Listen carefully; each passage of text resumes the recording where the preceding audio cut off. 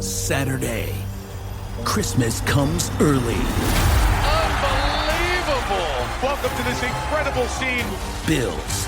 To the end zone! Chargers. It's a touchdown! An exclusive NFL game. That's fantastic! Live in primetime. Wow! Only on Peacock. With a Christmas gift to their fans. They're having some fun now. Bills versus Chargers. Saturday, 7:30 Eastern. Exclusively on Peacock.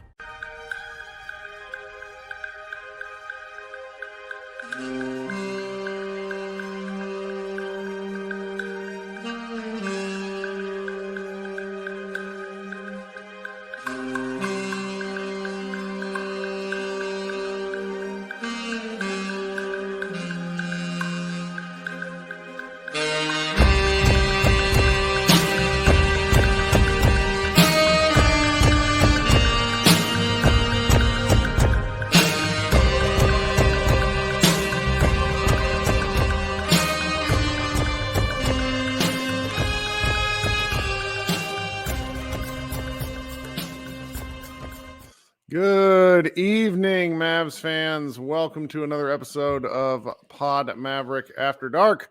I am Kirk Henderson. You are joined, as always, by myself and my co-editor over at MavsMoneyball.com, Josh Bowe. Josh, how are you tonight? I'm doing good. We were just talking pre-show about being camera presentable, and I don't look at myself in the mirror a lot, but man, I'm looking a little werewolfy right now. I think I need to clean it up a bit, but I'm doing okay otherwise. I'm absolutely wearing the same shirt. Look, man, we're deep in the throes of newborn chicanery. You have a better excuse than me. I don't have a good excuse. That I have clothes on is Right. Really, but this isn't the only Mavs podcast. Hey-o, love you, Tim Cato. So, guys, the Dallas Mavericks just defeated the Los Angeles Lakers in recency bias and what feels like potentially like a game of the year for these Mavericks, 127 to 125. The Mavericks were missing. Who all were we missing? Kyrie Irving, Josh Green. Who else? Derrick Jones Jr. And Maxi Kleber. So that's four rotation guys. And then they lost Seth, I think, in the first half. Yeah. That's right. And the Mavericks sort of came out and really played. First of all, I don't even know where to start because Luka played a great game. Dante Exum played a great game. They must have really figured out that all you needed to do with Grant Williams is turn him off and turn him back on again, like he's a shitty computer, because he looked like how he did the first 3 weeks of the season. I don't even know where to begin because. With the one exception, and I'm not going to kick him. We don't have to discuss him too much, but the Mavericks really only lost the Jaden Hardy minutes, which were pretty atrocious. Otherwise, I feel like they really beat the hell out of the Lakers. I was thoroughly impressed tonight. Yeah, it was kind of weird because it ends up being a 2-point game, but I was watching it and I never felt like the Mavs were seriously in danger. Not one. I mean, it was amazing. That is not a new, that's a new feeling compared to last year. I mean, that's what happens when you make 21 of 43 three-pointers. It's hard to lose an NBA game when you make 20 or more three-pointers. That's for sure. But yeah, it was, for sure. Game of the season, second night of a back-to-back after they basically had to play Luka extensive minutes the night before to beat a really, bad Memphis team, but it wasn't. I'm not trying to say that like they shouldn't have played Luka a lot last night. They had to because they had no one else played. Grant and Tim Hardaway Jr. didn't play in addition to Kyrie and Josh. So, Luka was literally the only person that could really do anything with the ball. So he had to play, and they won. And I think everyone respectfully would have been like, if Luka sat out and they have just decided, you know what, we're going to play the odds on this one. I think it would have been understandable. But obviously this is a new team and they have a new direction with Luka because I don't think he has purposely sit out a game with rest yet. I can't remember when he did that like multiple times before Christmas last season. He's missed one game, I think, right? And that was legitimate, right? Yeah, birth of his child. So this is absolutely, our staffer Matthew in Slack was like, please say this on the podcast. And this is absolutely a game and situation. If it was last season, that they would have sat him out and they would have lost. And he played, and he didn't look particularly clean for the entire 43 minutes, although he was still brilliant overall. You could definitely tell he was running out of gas a little bit in the fourth quarter, but I mean, they don't win without him, and they really wanted this game. And you're going to look back in 2 or 3 months in the standings, and you're going to be like, wow, how do the Mavericks have like a half game lead over this team? And it's like, hey, they won a game that they had no business winning. And those go a really long way for morale, and they go a really long way to kind of securing yourself in the standings, I think. Yeah, we absolutely have to start with Luka. I'm glad you did, because this is a very stupid sentence. I've been thinking about it while you were talking. But if there were an sort of an archetypal legendary Luka game, like if you were to point to the full Luka Doncic experience, it would be tonight's game. It was a good example of that. What I mean by that is not only do you get some really incredible shot making, like where he left LeBron in the dust on that spin move to hit a corner three, or to hit that wing three, was incredible. Yeah. Some passing that kind of defies explanation. I think it was his best passing game of the season. Well, I mean, shout out to we're going to talk to Exum in a minute, but it really helps when your teammates connect on these unbelievable passes you serve up for them. But not only that, and I'm not kicking him here. This is why I'm describing the full-on Luka experience. You get absolutely incessant ref bitching, and for the most part being correct. Like when he got that bloody lip, that was when I kind of figured this game might be over, because it's just so bizarre to watch some of the calls. I know we are not refs, guys. I tend to be a little bit more than you, but like the reffing tonight, the free throws were in the Mavericks' favor, but some of the calls that were made to keep the Lakers close were fucking bullshit. No other way. Like that technical foul by Tim Hardaway was garbage.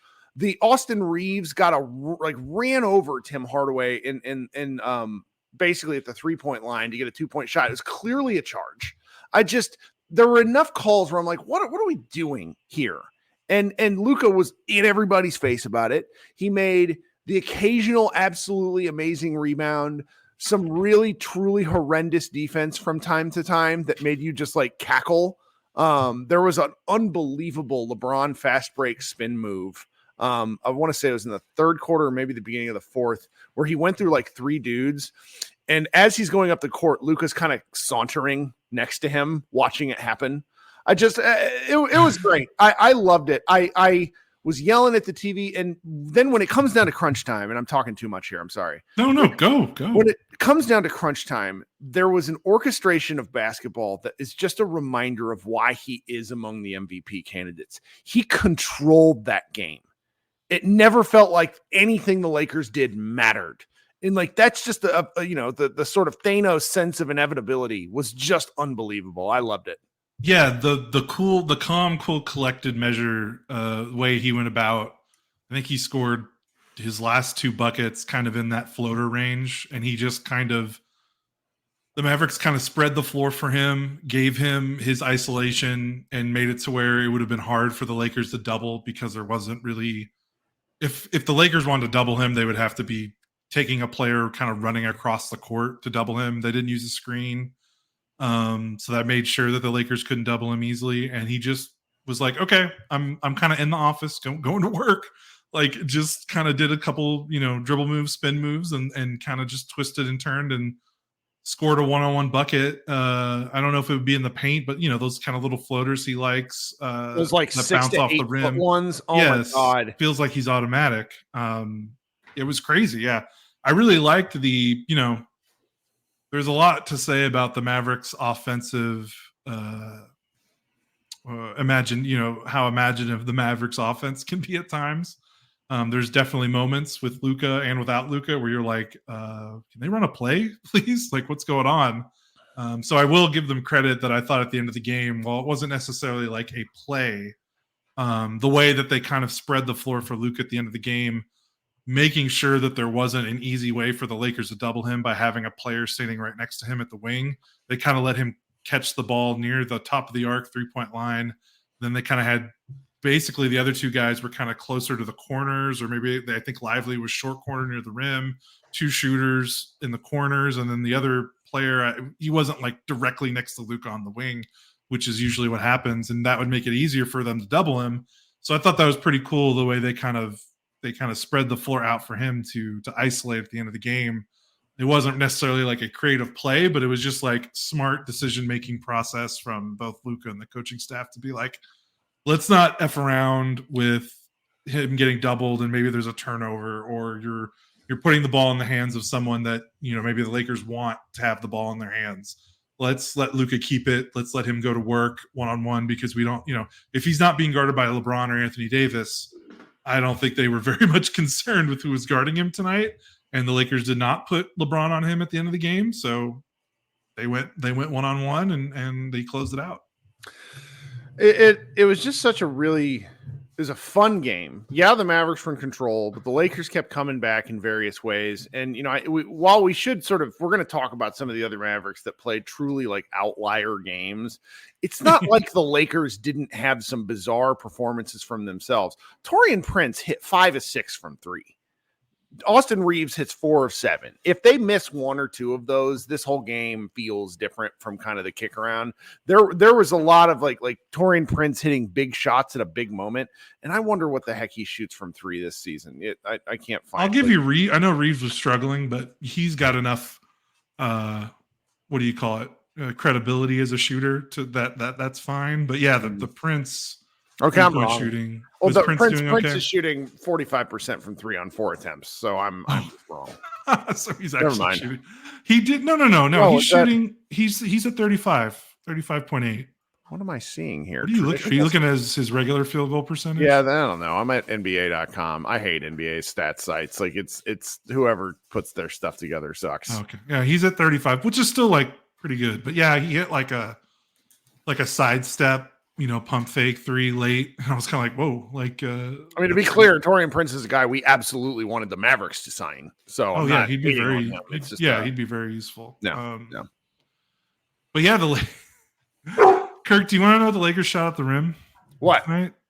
They shot 28 of 45, and I'm trying to figure out which number is more incredulous. Well, they missed. There was all sorts of missed a lot. The first quarter was really like 3 yards in a cloud of dust basketball, where neither team could get much. The Mavericks went ahead, and they finally started hitting a few shots late, but it was like 15-19 for like 3 minutes.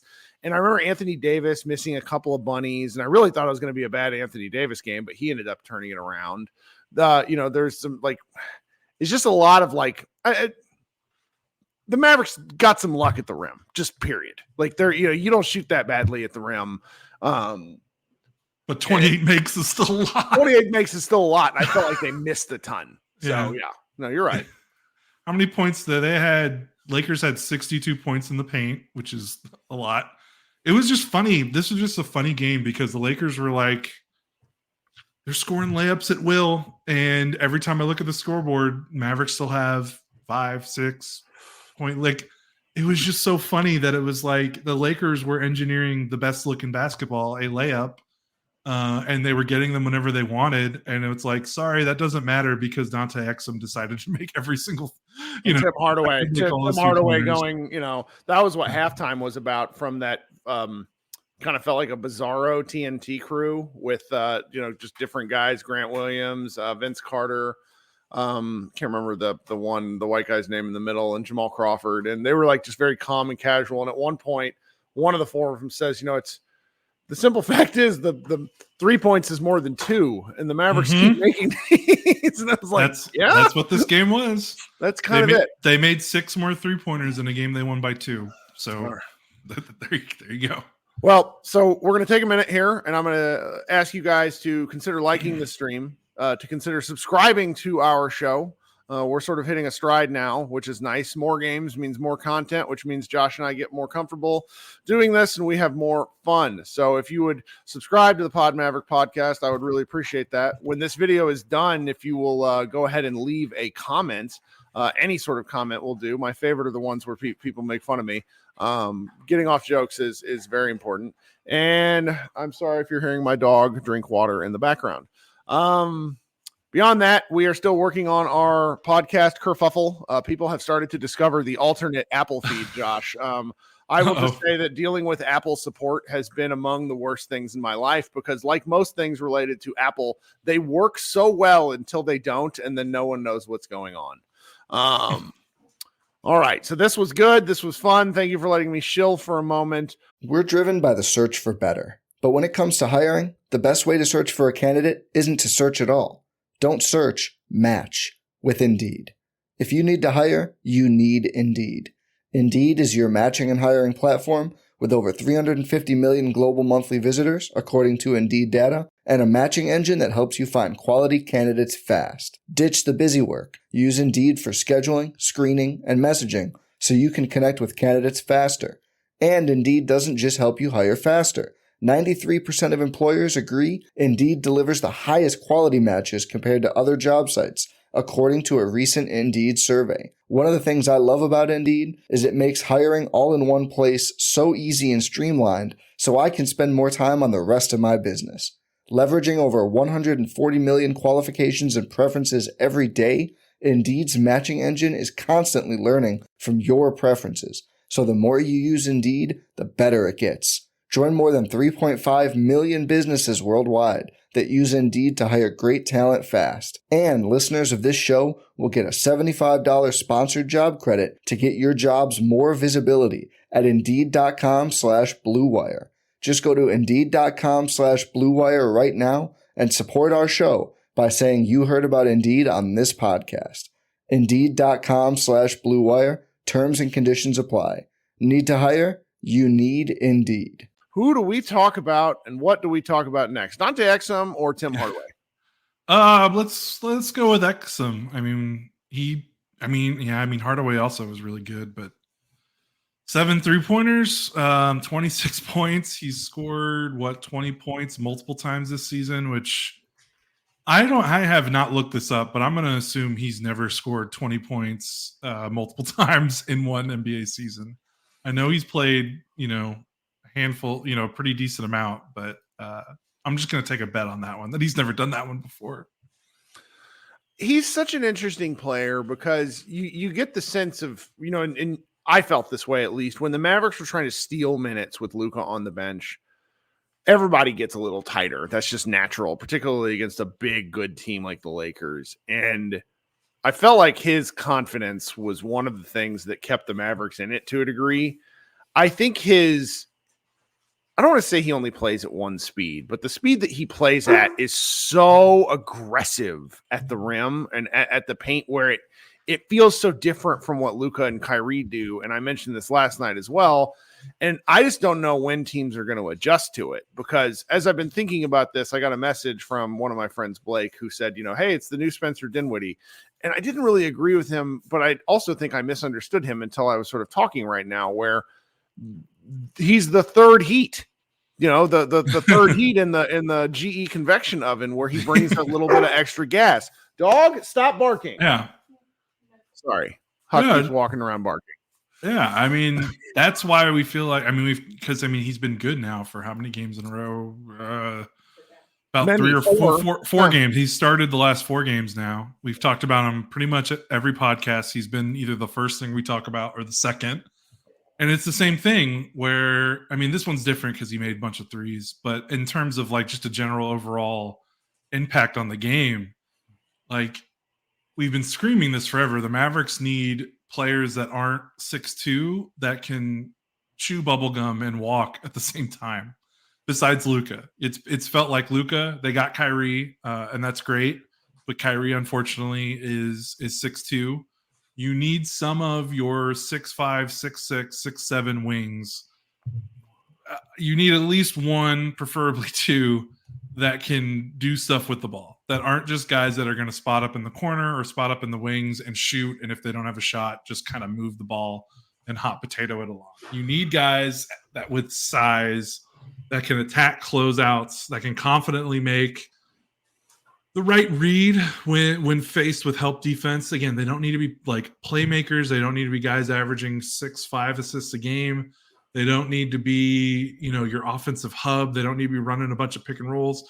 They just need to be able to, when Luka is running his action and he gets met with pressure at the rim and he passes it to you, that you can attack that closeout and it's not just three or move it along the perimeter, because that's how an offense can get gummed up with Luka. Because if Luka's the only one that's doing the driving and kicking, eventually it's just going to ping pong ball right back to him. And now you got Luka with 2-3 seconds left on the shot clock, have to make chicken salad out of chicken S.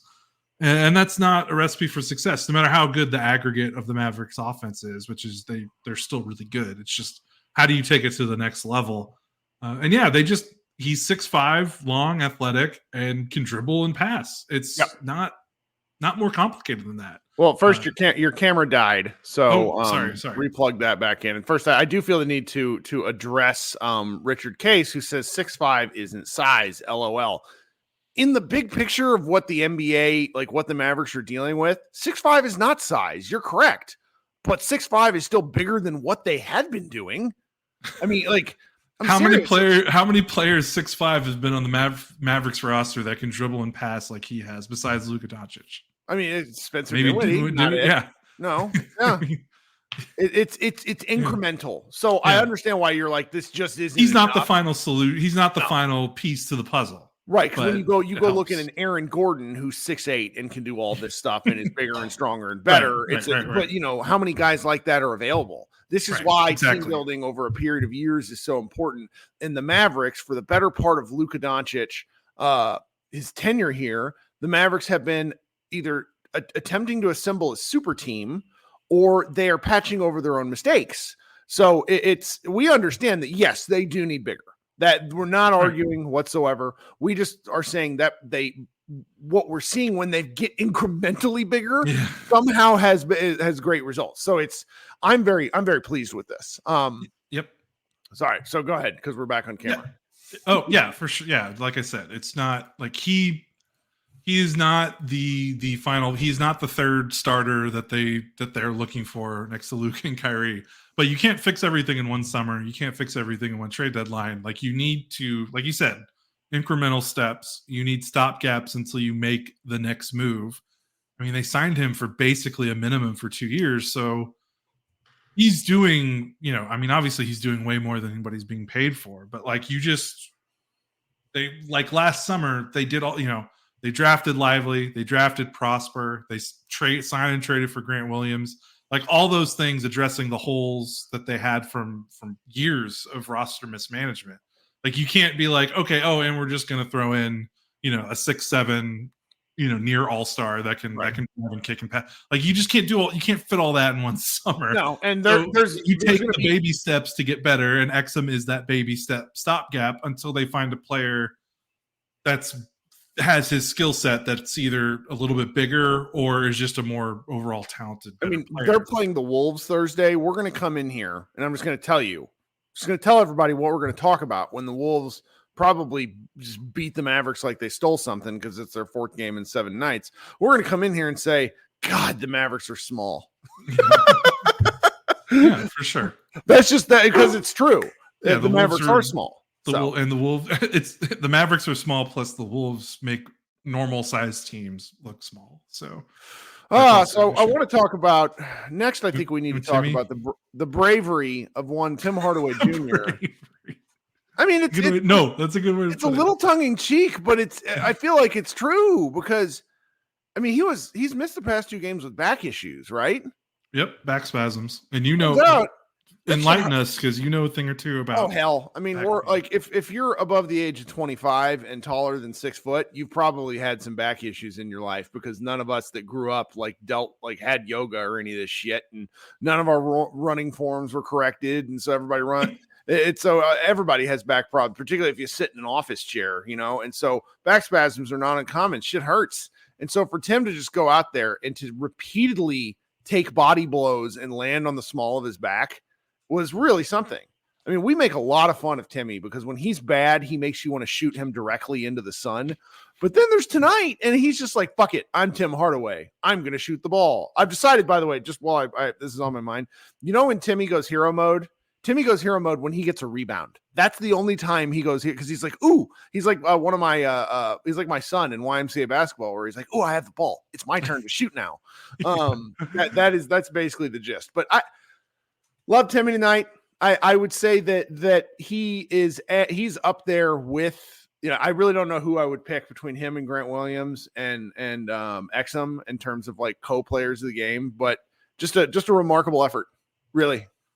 Yeah. Shooting was great. The charges, like you said, he took I think the first one he took, he was kind of on the floor for a little bit. For like 4 seconds. I was kind of worried. I was like, because those spasms can flare right back up, and I was like, is he done? Like he might be done for the night if those spasms don't, kick into high gear. So you're right. I mean, he been on the floor like a second too. It was like he got on the floor and then he got ran over. Yeah. And I mean, bless Timmy, he still cannot play a lick of defense. But if he can't, hey, take charges. Like, I feel like he's almost made peace with I am not a guy that can contribute to team defense in a traditional sense. So I am just going to let guys run over me, and hopefully that I can get some calls, and that'll count as my defensive presence. And honestly, considering how aloof he can be on the defensive end, you'll take it. You'll take it every time you can get it. I never feel like there's a lack of effort. There's just a lack of knowing what the hell to do. Yeah. So for sure, but yeah, 32 points. Almost. I didn't realize Luka had 33. Didn't realize he was so close to being the leading scorer in the game. Mm-hmm. I don't think he hit did he hit a 3 in the second half? I feel like all 5 of his threes were in the first half. Which is when the Mavericks were really cruising and they had that 15 or so point lead. So he got to the line 8 times, which is incredible. Yeah, that's a lot for him. He hit one.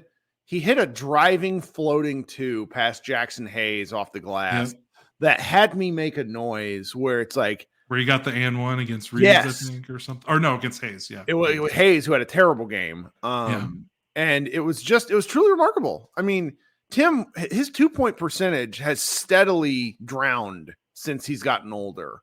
And so to watch some of the rim attacks that he made tonight was amazing. I was very delighted. Steadily drowned since Carlisle left, by the way. Yes. Those coincide. Sure. Because Carlisle had him, he was only shooting shots that he should be shooting.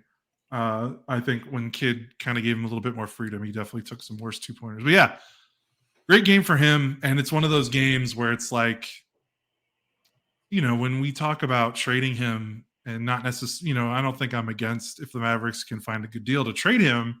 But whenever I say things like just be hesitant, like be careful what you wish for, like he is still a crucial part of making this engine go. This is the kind of game I'm talking about. Like they don't win this game without him. And can you imagine if they had him? If they had DeAndre Ayton for this game and without Tim Hardaway Jr., like they probably lose. So it sounds nice on paper to trade him for certain guys, and I get it. But if they do decide to move on from him, I think that's why. It's twofold. I'm sure they haven't traded him because maybe the teams don't want him, but I almost have to wonder if the reason why it's taken, they haven't moved him yet is because they feel that pressure that like he is not a trivial piece to move off the board. He's very important for what they want to do. It's very important to have a high volume 3-point shooter next to Luka. And I almost wonder if that's added to the hesitancy of trading him because like it or not, he is a very, very, very crucial part of because Curry, as good as Curry is, Curry's smaller and Tim has the sort of athleticism to take really bad shots that look like they're good shots where it'll be, 8 seconds left in the shot clock. Luka won't be able to get past somebody and he'll just pass to Tim who is like, oh, okay, I'll shoot this. Yeah. And his catch and fire, his quick release. Yeah. You're totally right. He is a better, I don't know. Like that's a big element because if you lose that element, possessions, like friend of me of the pod, Matt Moore, like basically described he wrote out like 3 or 4 Mavs offensive possessions in a row that were awful. And then he finished it with the Mavs are 4th in the league in offense.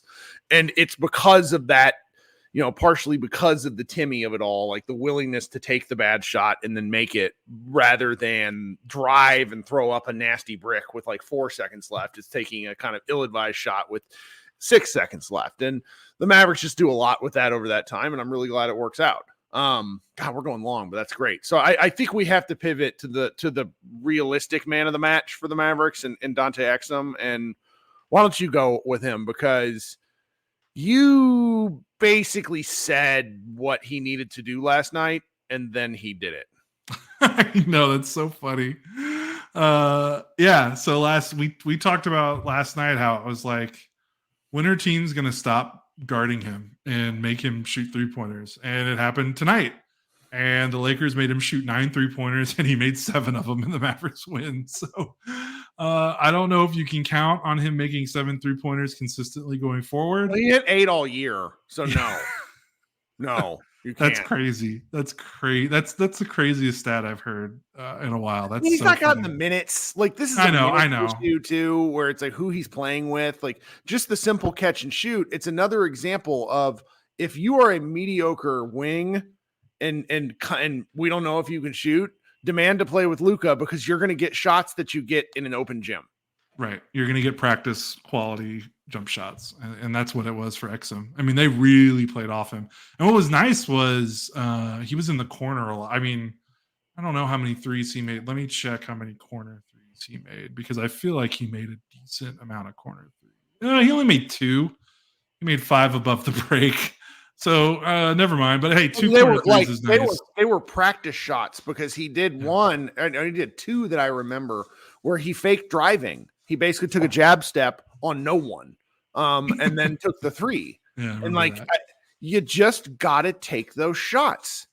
Like, it becomes a confidence issue. I really, truly believe that NBA players are among, and I was telling this to the chat before you joined, NBA players, when you watch them practice in an open gym, it is like watching a different set of a different species. There's just no other way around it. Like, Eric Dampierre once beat Dirk in a shooting contest. Okay. Like, that kind of wild stuff, where I remember when I absolutely hated Dorian Finney-Smith. We're talking like 2018 range. At Summer League, I watched him in practice just drill 8 threes in a row from a corner when I swear he couldn't hit the broadside of a barn. So it's like, you get some confidence in your game, and it just changes everything. Derrick Jones Jr. is a great example. Dante Exum is a great example. This is great. Yeah. I mean, not really much else to say, because he only took 1 other shot besides his 9 3-pointers. It was it was a layup he made. But yeah, he only took 1 shot that wasn't a 3. It was a layup. 8 of 10 from the floor overall, 7 of 9 from 3. What I liked was, defensively, he was hit or miss a little bit. It's tough with the Lakers' size. Like, he's not going to stop LeBron. And he can't guard Anthony Davis. And then Rui Hachimura is another tough guard, although really tough guard. Rui didn't really do much. But yeah, again, the Lakers just have a lot of big scoring forwards, and that can be a little tough for him. But still, like, 3 assists, 1 turnover, steal, block, like, just padding the stat sheet a little bit in ways that some of these other players just can't. And he didn't have to pass a lot tonight, because again, when he got the ball, he was mostly spot up. So we'll see what that looks like going forward. I wonder how teams are going to keep guarding him, because again, part of the reason he's been so successful is he's been manipulating that open space that Luka gives him. So the next step is going to be, okay, you're not going to hit 7 3-pointers every night.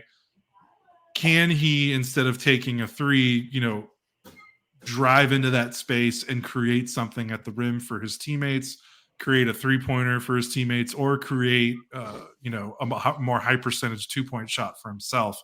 Because clearly he's not going to be taking 9 threes every game, but also teams are going to keep leaving him open and daring him to shoot.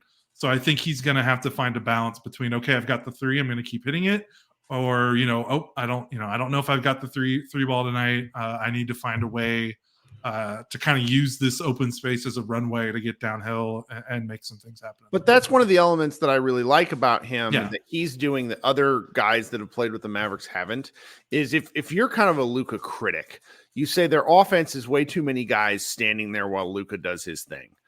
One of the things I've liked about Exum is his willingness to cut at the right time, because you've got to trust that the point guard will find you. And that's where, he had that, what was it, 18 assist game against the Thunder that they lost. the 17 assists tonight. He's finding guys who are open. This offense can be more if the players are smart enough to know when they're supposed to go and when they're supposed to stay still. It's just nice. Like he's got a knack for things that, the Mavericks haven't had with some of the players that they've had over the years, either due to skill set or IQ, basketball IQ, I mean. And so it's been pleasing. I'm happy with it. Yeah, for sure. Do we want to talk? I know we're going long, but we got to probably hit up Grant Williams. Oh, yeah. Good. Grant Williams, welcome back. I think there's something to our theory that he was tired. I really do. He looked fresh. He did look fresh. I mean, that was kind of the dirty secret coming into this season that I don't think we talked about enough. I think we mentioned it a couple times. I think I mentioned it in one of my preseason posts, or even a post maybe when they acquired him, but he had started – 50 something games in his 4 years in the NBA out of 250 games. He's been a bench player. He never averaged more than 26 minutes a game, which was last season.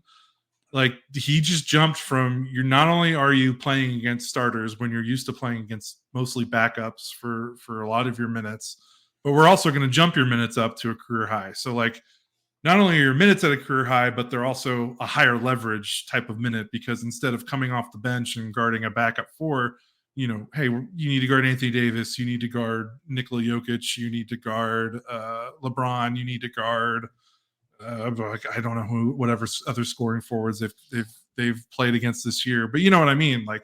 It's not just the minutes, it's the role. And I really do believe there's a difference between starting games and coming off the bench in terms of who you're playing against. So it felt kind of natural. I mean, I'm not trying to make excuses for him or anything like that, but it just it didn't surprise me that he maybe ran out of steam a little bit. And yeah, came back tonight and looked absolutely great. Yeah, I'm pretty psyched about that. Something happened in our search headlines. I'm finishing editing something over at mavsmoneyball.com. Do you have kind of any closing thoughts? Because I have one thing I want to show everyone, but beyond that, I think I might be done. What else do I want to talk about? I thought we talked about Luka. I mean, really, it was those three guys. Lively was good. I need to mention Lively. Lively's unbelievable 3 blocks, shooting. 2 steals. He was 4 of 7, so I think his field goal percentage actually went down. But he held his own against Anthony Davis for the most part. I mean, man, Davis had 37 points on 21 shots. I mean, toward the end of the game, especially the second half, I mean, Davis was kind of scoring over and through him with ease, in the third and fourth quarters. But, but still, when he's like I said, that kind of indispensable. When he's off the floor, you felt it. In that third quarter, they closed the third with Luka off the floor and with Lively off the floor, and the Lakers took their first, real lead going into the fourth. And you were just kind of okay, Lively and Luka have to play the whole fourth, and I think that's where we're at with Lively, even when a player like Davis is getting the best of him. You just need him for that length, the 4 offensive rebounds. He's just able to get offensive rebounds that other players can't because of his size and his length. And also, he's finishing lobs. I respect a lot of Dwight Powell, and I've talked for years about how great of a rim runner and finisher he is in the pick and roll, and how he developed that skill irregardless of Luka's arrival. He was elite at it, the years before Luka, and I don't think he gets enough credit for that. But man, there is just something to having a player figuring that part of it out, the skill part of it, while also being 7'1" with a 7'8" wingspan and a 40-inch vertical or whatever it is. He caught a lob from Luka that if it was to Dwight, it's a turnover, or Luka doesn't even attempt to throw it because he knows, Dwight can't reach it. It feels like he's opening up some more passing opportunities because Luka and some of these other guards are just oh, well, we can just throw it up even higher and he can go get it. Even if this defender is all over me, it's okay. I'll just lob it, however many feet in the air, and Lively's going to catch it. I feel like the players on the guards on this team are kind of getting that he's opening some things up that maybe weren't there before because he just has a physicality that can get the ball that other bigs on this team don't possess. That's right. That's right. Okay, so I'm going to leave you on this last thing. This is, for it being a audio and visual medium for people that are listening. I'll describe it once I show it. But there's a photo that friend of the program, Dalton Trigg, posted that is simply outstanding. Can you see this, Josh? Yes, I can. There you go. It's a photo had to have been pulled from the AP wire, and it's Luka Doncic shooting on the left side of the page and Christian Wood standing in the background looking sad as shit. I don't want to kick Christian Wood when I'm down. It's not his fault that his agent is a big dork. But he got a DMP tonight. LOL. Just have to do that. All right. So here's the deal. I have a second live show that's going to start here in about 5 or 6 minutes. Josh and I are going to close out. I'm going to post this to our podcast feed. And then I want you guys to join that other live show. If you guys have never participated in the other live show, it's one where you can join and give me your takes. Like we have Joe in the chat saying Josh absolutely kills me and his credibility with his defense of Dwight Powell. If you want to come rip Dwight Powell, please come do that. If you want to talk about Jaden Hardy and his inability to be good at basketball, we can talk about that. If you want to talk about all the amazing things Josh and I just rehashed and go over it again, I want to do that as well. I really enjoy talking to you guys in the show. It's a little bit early, so maybe we can hang out for an hour. Thanks so much for hanging out tonight. This has been Kirk Henderson and Josh Bowe. Josh will be back on Thursday. I am single parenting for the next 2 days, and we're just going to not even try. My wife was not home, and I will be with the 5-week-old and my other son. So I'm not going to try this. We're just going to let Josh and someone from the staff cook. So thanks so much for hanging out. We will be back a little later in the week. Everybody, we appreciate your support. If you could go like and leave a comment when this thing is done, I would appreciate it. And we will talk soon. Go Mavs.